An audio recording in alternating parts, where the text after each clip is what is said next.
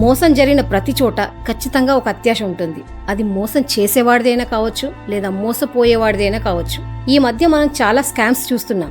ఈ రోజు 1,00,000 పెట్టండి, వారం రోజుల్లో 2 లక్షలు ఇస్తామని. ఇక్కడ మోసం చేసేవాడి అత్యాశ 100 మంది దగ్గర డబ్బులు తీసుకొని పారిపోవడం అయితే, మోసపోయేవాడికి కూడా ఒక ఆశ ఉంటుంది, త్వరగా ధనవంతుడవ్వాలని.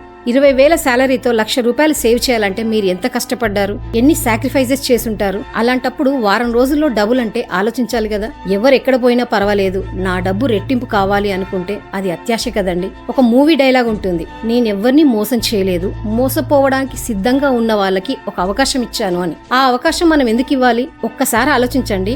ఎంత మంచి విత్తనమైనా ఉదయాన్నే నాటి 100 బిందెల నీళ్లు పోసినా సాయంత్రానికి కాయలు రావు కదా. అలాగే మనీ మేకింగ్ కూడా ఒక ప్రాసెస్. టైం పడుతుంది, సహనం ఉండాలి, ప్లాన్ ఉండాలి. తొందరగా వచ్చే డబ్బు మీద ఆశపడద్దు. గుర్తుంచుకోండి, అత్యాశతో తీసుకునే షార్ట్ కట్ చాలా సార్లు జీవితాన్ని కట్ షార్ట్ చేస్తుంది.